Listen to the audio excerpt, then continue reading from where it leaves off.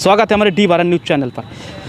उत्तर प्रदेश में नगर निकाय चुनाव की घोषणा बस कुछ दिनों में होने वाली है। प्रत्याशी चुनावी मैदान में कूद चुके हैं, प्रचार कर रहे हैं, अपनी बातें रख रहे हैं, अपना विजन रख रहे हैं। हमारी डी भारत न्यूज़ की टीम भी तैयार है उन प्रत्याशियों से बात कराने के लिए कि उन प्रत्याशियों के क्या मुद्दे हैं, क्या विजन है। हमारी डी भारत न्यूज़ की टीम हर ज़िले में जाएगी, हर उस शख्स से मुलाकात करेगी जो इस चुनाव को लड़ रहा है, अपनी बात रख रहा है, उनके क्या मुद्दे होंगे, क्या विजन होगा। ऐसे शख्स से हम आपकी मुलाकात करवाएंगे, चाहे वो मेयर हो, सभासद हो, चेयरमैन हो, इन सब से हम आपकी बात करवाएंगे।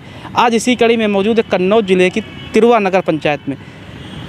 एक शख्स से आज हम बात करेंगे जो बहुत ही कम उम्र में, युवा एज में चुनाव लड़ रहे हैं। भैया का नाम है आकाश कुमार। 22-23 साल इनकी उम्र बताई जाती है। इतनी यंग एज में वो चुनाव क्यों लड़ रहे हैं, हम उनकी बात आपको उनसे बात करवाएंगे। क्या कारण है पढ़ाई लिखाई को छोड़कर वो राजनीति में आए, क्या कारण है। तिरुवा की बौद्ध नगर वार्ड नंबर 11 से सभासद के प्रत्याशी भैया आकाश कुमार। तो चलिए उनसे चलते हैं, बात करते हैं और बताते हैं वो क्यों चुनावी मैदान में आए, क्या उनके मुद्दे हैं, क्या उनका विजन है। जैसा कि आपने कहा कि क्षेत्र में आप घूमे, उसके बाद आपको हमारा प्रचार थोड़ा मिला देखने के लिए, तो इसका एक ही रीज़न है कि हम लोगों के विचारों से जुड़ रहे हैं और लोगों के विचारों को समझ रहे हैं एक तरह से, जिससे कि लोगों की आवश्यकताओं को समझेंगे, किस तरह से उनको मुसीबतें हो रही, क्या दिक्कतें हो रही हैं उसमें, तो जिससे कि लोग हमें समर्थन करें। तो कहीं ना कहीं ये भी पता चलता है कि वो युवाओं को आगे करने की कोशिश कर रहे हैं, समाज भी इसमें एक सहायक है। और एक बात बताइए, कन्नौज एक जातिवाद का हब माना जाता है। यहाँ डिम्पल यादव सांसद रहे, मुलायम सिंह यादव सांसद रहे, अखिलेश यादव सांसद रहे, काफ़ी हॉट सीट है। जातिवाद पे चुनाव लड़ा जाता है। अब जैसे मौजूदा सांसद हैं सुब्रत पाठक जी, 2014 में तो चुनाव नहीं जीत पाए, 2019 में वो भी जीत गए, लेकिन जो उन्होंने जातीय गोलबंदी की उसकी वजह से वो चुनाव जीत गए। आपको लगता है भले आप छोटा चुनाव लड़ रहे हैं, जातीय गोलबंदी आप कर पाएंगे? जितनी अधिक आप जातीय गोलबंदी करेंगे उतनी आपको मजबूती मिलेगी। जैसा कि आपने कहा जातिवाद के ऊपर, तो मैं यही कहना चाहूँगा कि जातिवाद हमारे इस चुनाव में हमारे ऊपर निर्भर नहीं करता है और सभी जाति के लोग हमारे वार्ड में हैं, सभी का समर्थन है, सभी के लिए हम हैं, लोग हमारे लिए हैं। इसमें कोई जातिवाद का लोगों के द्वारा हमको ऐसा देखने के लिए नहीं मिला, क्योंकि सभी जातियों के लोग हमको सपोर्ट कर रहे हैं, उनका प्यार मिल रहा है हमको, यही बहुत बड़ी बात है। जिस जात से आप आते हैं उस वार्ड में हमने देखा उस जाति के लोग बहुत कम रहते हैं, फिर भी आपने उसी कठिन वार्ड को क्यों चुना? अन्य वार्ड भी आपके तिरुवा में हो सकते थे जहाँ आपकी जात की बहुलता ज़्यादा, वहाँ आप चले जाते, उस वार्ड में ही आपने जाने के क्यों सोचा? समाज सेवा के लिए कोई भी जात निर्भर नहीं करती है। समाज सेवा कोई भी जात हो, किसी भी जात का कोई भी वार्ड में कितनी भी जातियाँ हों, समाज सेवा के लिए कोई जात निर्भर नहीं करती है। ग्यार बस्ती के बारे में आपने पॉइंट उठाया है, तो ग्यार बस्ती शिक्षा में सक्षम नहीं है, शिक्षा करने में, तो उनको हम उनके लिए एक फ्री कोचिंग का वादा करते हैं कि उनके लिए एक फ्री कोचिंग चलाई जाएगी जिसमें वो शिक्षा प्राप्त कर सकते हैं। सभी के लिए, कोई भी, फिर वो कोई भी हो, ग्यार बस्ती हो या फिर कोई भी हो, जो भी पढ़ना चाहे उसमें फ्री शिक्षा होगी और सभी के लिए समान रूप से उसमें शिक्षा प्रदान की जाएगी। ग्यार बस्ती में आपने कोई विजन रखा अपना कि लोग भरोसा कर पाएँ आप पर कि नहीं भैया युवा हैं, इन पर भरोसा करना चाहिए? अभी तक देखते आ रहे, कई सालों से हमने भी उस बस्ती को देखा है, फॉलो किया है, जैसी थी वैसी है, कुछ में बदलाव नहीं है, ना कोई चेंजमेंट आया। क्या लगता है आप वहाँ कुछ बदल पाएंगे? जी, हम शिक्षा के तौर पे अगर हम कहें तो हम वहाँ पे शिक्षा के लिए हम पूर्ण कोशिश करेंगे कि उनको शिक्षा की तरफ अग्रसर कर सकें।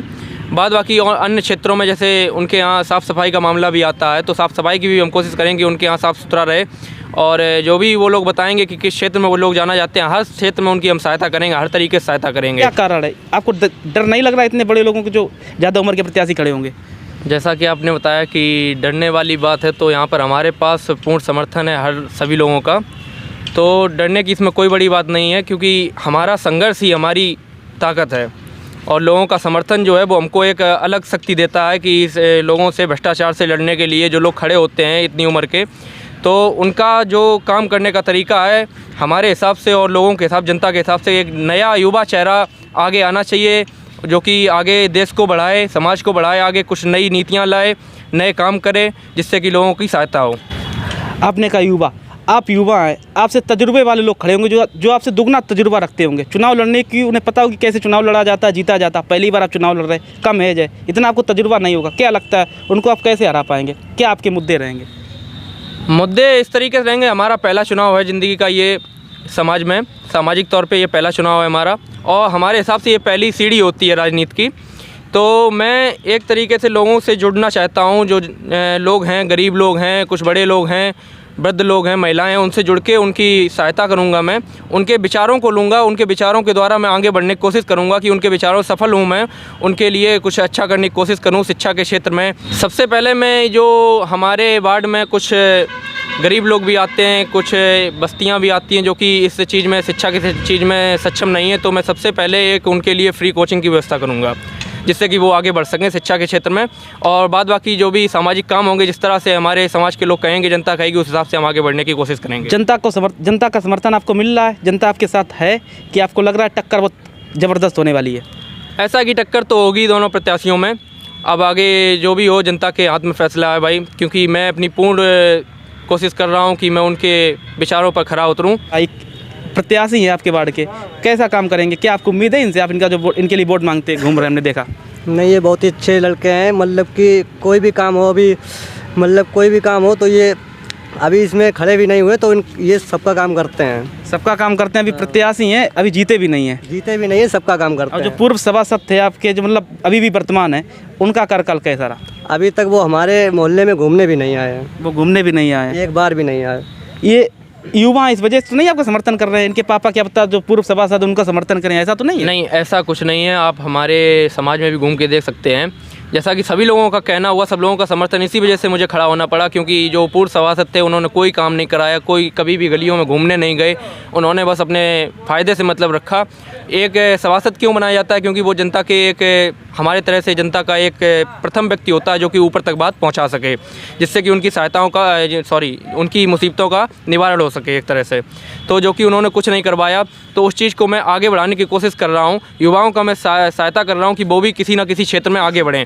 तो ये हमारे साथ थे भैया आकाश कुमार, जो चुनावी मैदान में यंग एज के हैं। हमने सोचा कि D12 न्यूज़ पर ऐसे शख्स को लाया जाए जो इतने युवा हों, अपना विजन रखें हमारे सामने और आप सबके सामने। तो भैया का हमने इंटरव्यू किया। आगे और कोई जो हमारे चैनल पर इंटरव्यू देना चाहता हो, आना चाहता हो, अपनी मुद्दे की बात करना चाहता हो, तो हमारे कमेंट सेक्शन में अपना कमेंट करे। नंबर हमारा शो होता है फेसबुक पे, उस पर कॉल कर सकते हैं और हमारी टीम आपको तुरंत कॉल करेगी और आपके जो मुद्दे होंगे वो हमारे चैनल पर हम आपका उठाने की पूरी कोशिश करेंगे। तो तब तक के लिए देखते रहिए हमारे चैनल डी भारत को। फेसबुक पे लाइक कीजिए, कमेंट कीजिए और यूट्यूब पर भी सब्सक्राइब कीजिए। आगे किसी नए शख्स के साथ हम जुड़ेंगे आपसे। तब तक के लिए देखते रहिए हमारे channel D Bharat news. Cameraman Gaurav के साथ सौरभ सेप्ता, कन्नौज।